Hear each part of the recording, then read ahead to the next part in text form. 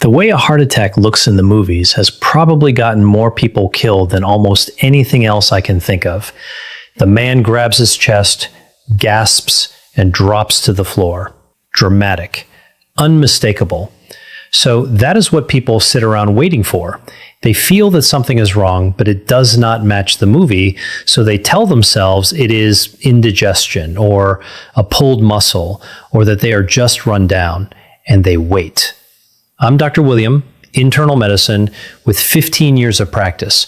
And in those 15 years, the single most common thing I have watched cost people their heart muscle and sometimes their lives was the time they spent waiting for a heart attack to look like the one on television. Here is what almost no one has ever sat you down and explained. During a heart attack, your survival is mostly decided in the first 10 or 15 minutes, long before you ever reach a hospital. And there are exactly 3 things you can do in those minutes that genuinely change how it ends. Not vague advice, 3 specific moves. One of them buys you time. One of them slows down the very thing that is killing your heart. And one of them keeps that heart alive while you wait for help to arrive. Before you click off because you assume the answer is just call 911, everyone knows that. Give me a minute here. Calling for help is the first move, yes, but there are 2 specific mistakes people make even while they are doing it, mistakes that cost them dearly. And there are 2 more techniques stacked on top of it that most people have never once been told. By the end of this, you will know exactly what to do, in what order, whether it is happening to you or to the person sitting right next to you. Because the day this actually happens, you are not going to have time to look it up. You will do what you already know, or you will freeze. My job in the next 20 minutes is to make sure you already know. And look, this is the kind of thing I have built my whole second career around, helping people stay strong and independent well into their 70s and 80s instead of slowly handing their body over to something they never saw coming. I took everything I tell my own patients and put it into one simple plan: the way they eat, the daily habits, the warning signs to never ignore, all of it in one place. It has already helped thousands of people live their best life after 60. If you want it, the link is right there on your screen. You do not have to write anything down or remember anything. It is all waiting for you. Now, to understand why these 3 techniques work and why the order matters so much, you need to actually see what is happening inside your chest when a heart attack hits. Because once you see it, the whole plan is going to make perfect sense, and you will never forget it. Your heart is a muscle, and like any muscle, it needs a steady supply of oxygen, which it gets from its own little network of arteries sitting right on its surface. We call them the coronary arteries. A heart attack happens when one of those arteries gets suddenly blocked, and almost always the thing blocking it is a blood clot. What happens is a fatty deposit in the wall of the artery cracks open, and your blood does what it is built to do at any wound. It forms a clot to seal the crack. Except here, in that narrow artery, the clot does not stop bleeding. It seals the pipe shut. And the second it does, the stretch of heart muscle being fed by that artery stops getting oxygen. Starved muscle does not wait patiently. It begins to die. Here is the line I want burned into your memory. Time is muscle. The longer that artery stays blocked, the more of your heart dies, and most of that damage is permanent. The muscle that dies in the first hour does not grow back. You do not get it back next month. So everything, and I mean everything, comes down to one question. How much of your heart can you keep alive until somebody reopens that artery? And it turns out exactly 3 things decide the answer. 1, how fast you get that artery reopened. 2, how fast the clot keeps growing while you wait. And 3, how hard your starving heart is being forced to work in the meantime. 3 factors. And here's the part that should give you hope, because it gives you power. You have a direct hand in all 3. That is what the 3 techniques are. Each one goes straight after one of those factors. Get the artery open faster, stop the clot from growing, take the load off the heart. Remember those 3 jobs and you will never forget what to do or in what order. Let me put a face on this because I think about this man every single time I teach it. I will call him Howard, 66 years old, retired, the kind of fellow who never wanted to make a fuss about anything in his life. One morning, around 4 a.m., he woke up with what he was certain was a bad bout of heartburn. A heavy, full feeling right in the middle of his chest, like something was sitting on him. He took an antacid. It did nothing. His left arm ached a little, and he felt clammy and a bit sick to his stomach. But he did not have crushing pain. He was not clutching his chest the way they do on TV. So he told himself it would pass. He did not want to wake his wife over a little indigestion. He sat down in his recliner to wait it out. By the time she came downstairs and found him gray and sweating, and they got to the hospital, nearly 3 hours had gone by. Howard lived. I want to be honest about that. But he lost a large piece of his heart muscle in those 3 hours of waiting. Muscle he is never getting back. He spends his retirement now managing heart failure, getting winded walking to the mailbox, and taking a fistful of medications.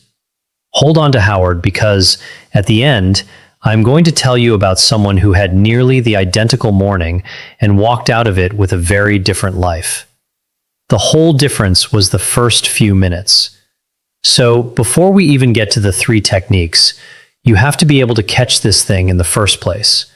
Because you cannot act on a heart attack you have talked yourself out of having. And recognizing it is exactly where most people, including a lot of my own patients over the years, go wrong. Forget the movie. Most heart attacks do not begin with a dramatic collapse. They begin quietly. The most common sign is discomfort in the center of the chest, but people almost never call it pain. They call it pressure, tightness, squeezing, heaviness, like a weight pressing down or a band cinched around the chest. It may come and go in waves, and it very often spreads to one or both arms, the classic being the left arm, but also up into the jaw or the neck, around to the back, or down into the upper stomach, which is precisely why so many people swear it is just heartburn. Now stack on a cold sweat, shortness of breath, nausea, lightheadedness, or a sudden wave of exhaustion that makes no sense for what you are doing, and you have the real face of a heart attack. And I need to say this part very directly, especially for the women watching and for anyone with diabetes. Your heart attack is more likely to be the quiet kind. Women more often get the shortness of breath, the nausea, the pain in the jaw or the back, or just a profound bone-deep fatigue without the obvious chest grab at all. And people with diabetes can have nerve damage that dulls the warning pain, so a heart attack in a diabetic can be almost silent. Over 15 years, I have seen far too many people, women especially, who waited because what they felt did not match the picture in their head. So let me give you a simple rule. If something feels deeply wrong in your chest, your upper body, or your breathing, and it is not going away, you treat it as your heart until a trained professional tells you otherwise. You are allowed to be wrong. You are not allowed to wait. There is one more distinction here that matters enormously because people mix these 2 things up constantly. A heart attack is a plumbing problem. An artery is blocked, and the person is usually awake, talking, and frightened. Cardiac arrest is an electrical problem. The heart's rhythm suddenly goes haywire, and the heart simply stops pumping. That person collapses, becomes unresponsive, and is not breathing normally. A heart attack can tip over into cardiac arrest, and that is exactly why the minutes matter so desperately. I will tell you precisely what to do if someone actually collapses, because that calls for a different response, and you genuinely need to know both. But for now, the 3 techniques I'm about to give you are for the person who is conscious and showing those warning signs. Technique number 1. Call 911 immediately. And yes, you have heard it 1,000 times, but how you make that call is exactly where people bleed away precious heart muscle. And it goes straight after factor number 1, getting that artery open as fast as humanly possible. Here is what most people do not understand about that phone call. The clock that matters most to your heart is not when you finally get to the hospital. It is a total amount of time that artery stays blocked, start to finish. And calling 911 is the single fastest way to shrink that total, but not for the reason you would guess. When you call an ambulance, your treatment does not begin when you roll through the emergency room doors. It begins the moment the paramedics reach you. They can put an ECG on your chest right there in your living room, confirm that it is a heart attack, and radio it ahead so that the hospital's cardiac team is already gowned up and waiting before you even arrive. The American Heart Association has shown for years that patients who come in by ambulance get treated faster than the ones who walk into the emergency room on their own, because the entire system is already in motion for them. The standard hospital's push toward is getting that blocked artery reopened within 90 minutes of your arrival. Calling early and arriving by ambulance is what makes hitting that window possible. Now, the 2 mistakes, because these are the ones that cost Howard so dearly. The first one is simply waiting, telling yourself you will give it a few more minutes, that you do not want to bother anyone, or that you would be embarrassed if it turned out to be nothing. Let me take that worry off your shoulders right now as a doctor. Paramedics would far, far rather come out for a false alarm than arrive at your door too late. That is the job, and they mean it. And here is the hard part. The first hour of a heart attack is also when you are at the very highest risk of slipping into one of those lethal rhythms I described, the kind that stop the heart. The ambulance carries the one machine on earth that can shock your heart back into rhythm, a defibrillator. Sitting at home, waiting, means none of that is anywhere near you. The second mistake is driving yourself or letting a loved one drive you. Please do not. If your heart slips into that dangerous rhythm while you are behind the wheel, you can lose consciousness in traffic. And now you have turned one emergency into 2, with no equipment and no trained hands anywhere in the car. In the back of an ambulance, you are already inside a moving emergency room. So, the move could not be simpler. You sit down. You call 911. You say the words clearly. I think I am having a heart attack. And you stay on the line. Say that exact phrase. I think I am having a heart attack. Those words tell the dispatcher to send the right team and to start coaching you through what comes next, including the second technique. Quick thing before I go on, and then right back to it. If this is the kind of straight, plain-spoken health information you wish your own doctor had the time to sit and give you, do me one small favor and hit that subscribe button and tap like while you are there. It genuinely helps me get this in front of more people who need to hear it before the day they need it. And leave me a comment. Tell me if you or someone you love has ever had a scare like this.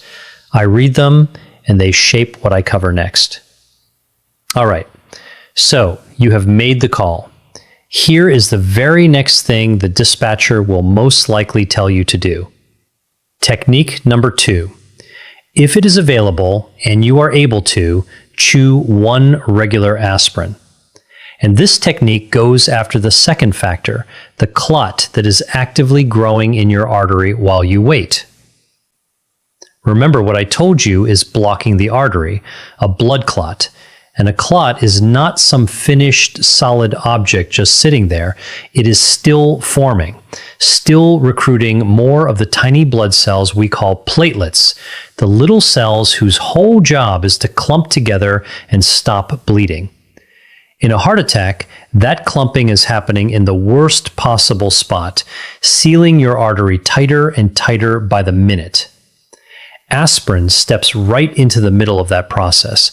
It makes your platelets much less sticky, so it can slow the clot's growth and in some cases keep that artery from closing off completely before help arrives. And the evidence behind this is not small or shaky. In a landmark trial called ISIS-2, published in The Lancet back in 1988, a single dose of aspirin given during a heart attack cut the risk of dying by about 23% from one aspirin taken at the right moment. Now the specifics, because here they really do matter. It should be a regular strength aspirin, the 325 milligram tablet, or, if that is what you have, 4 of the low-dose 81 milligram baby aspirins, which add up to about the same. And you chew it. Do not swallow it whole. Chewing it breaks it down and gets it into your bloodstream far faster, in minutes rather than much longer. And in a heart attack, minutes are the entire game.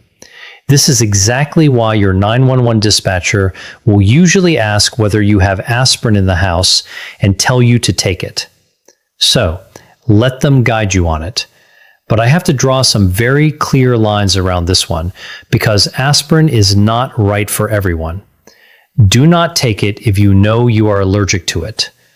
Be cautious if you have been told you have a bleeding disorder, an active stomach ulcer, or if you are already taking prescription blood thinners. And if you simply are not sure, that is precisely what the dispatcher and the paramedics are there to sort out with you in the moment. And hear me very clearly on this next part, because it is where people get themselves into real trouble. Aspirin is the second technique. It is not the first, and it is never, ever a substitute for the call. Chewing an aspirin and then lying down to see if it works on its own without calling for help is a deadly mistake I never want you to make.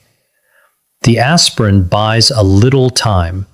The ambulance and the hospital save your life. So, 1 regular aspirin, chewed after you have called, as long as you have no reason you cannot take it. That is the whole rule. Technique number 3. Stop everything, sit down, and bring your body as calm and still as you possibly can. This one goes straight after the third factor, how hard your suffocating heart is being forced to work. Think for a second about what is actually happening. A piece of your heart muscle is starving because its oxygen supply has been cut off. Now, what does your heart do the moment you move around, climb the stairs, get agitated, or panic? It beats harder and faster, and it demands even more oxygen. But the supply line is blocked. So every bit of extra work you ask of your heart in that moment is work it simply cannot pay for. And that unpaid bill means more muscle damage and a higher chance of the heart rhythm becoming dangerous. So, your one job here is the exact opposite of effort. Your job is to bring the demand down. The instant you suspect it, stop whatever you are doing and get yourself into a resting position. For most people, that means sitting down and leaning back a little, somewhere you will not hurt yourself if you happen to faint. If you are very short of breath, sitting up tends to be easier on you than lying flat.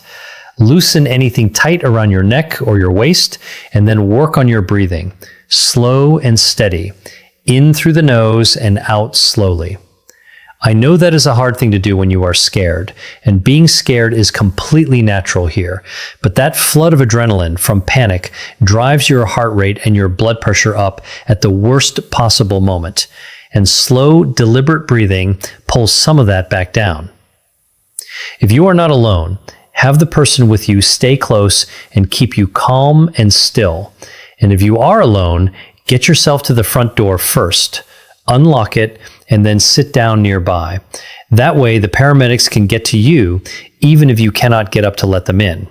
That one small step has saved lives, and people almost never think of it.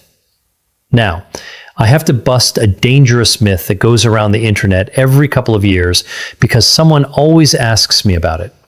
You may have seen a forwarded message about so-called cough CPR. The claim is that if you feel a heart attack coming on while you are alone, you should cough hard and rhythmically to somehow keep yourself going. The American Heart Association has addressed this one head on.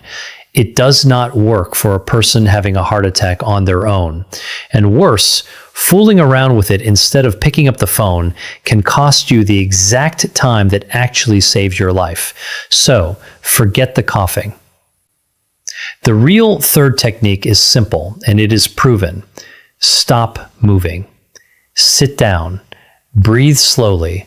Unlock the door, and let the help that is already on its way come to you. And I promised I would cover the other situation because one day you might be the one who has to act for somebody else. What if the person actually collapses? You get to them and they are unresponsive and not breathing normally. That is no longer a heart attack you can talk them through. That is cardiac arrest. The heart has stopped, and right now you are this person's single best chance of surviving. 2 steps, and you do not need a single day of training to do them. First, call 911 and put it on speaker so your hands are free, or send someone else to call. Second, start pushing. This is hands-only CPR. Put the heel of one hand right in the center of the chest, your other hand on top of it, lock your elbows, and push down hard and fast.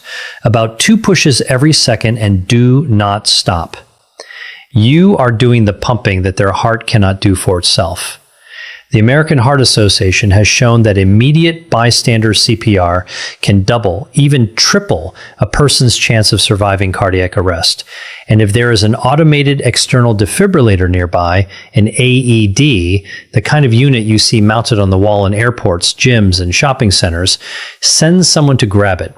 It will talk you through every step out loud, and it will not deliver a shock unless one is truly needed. You cannot make things worse. In cardiac arrest, the only wrong move is doing nothing at all.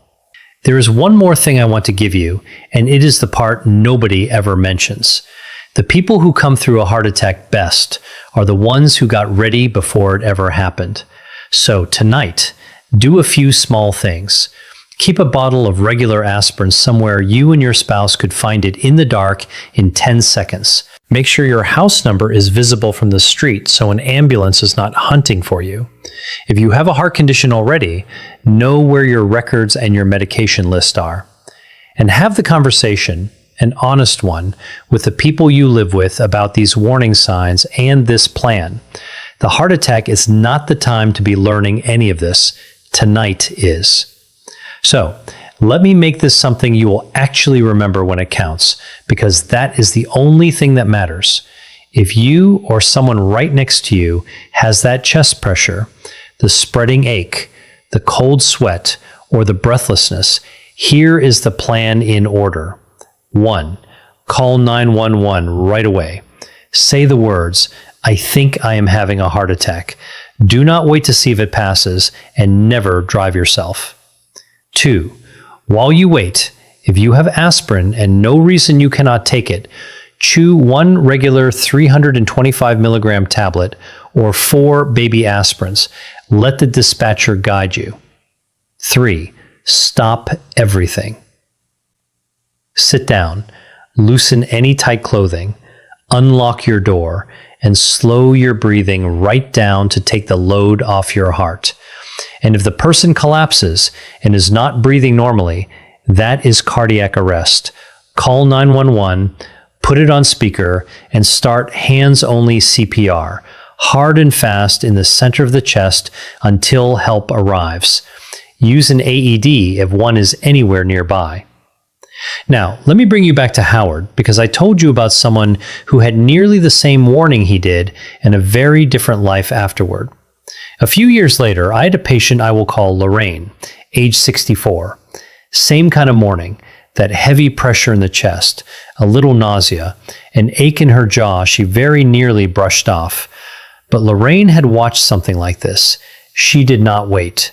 She told her husband to call 911 and to say the words, heart attack. While he was on the phone, the dispatcher had her chew an aspirin. She sat down in her kitchen chair, reached over and unlocked the back door, and slowed her breathing until the paramedics walked in 6 minutes later, ECG already in hand. They had her artery reopened well inside that 90-minute window. Lorraine walked out of the hospital a few days later with most of her heart muscle intact. The last time I saw her, she was back out in her garden. Same event, the same blocked artery more or less.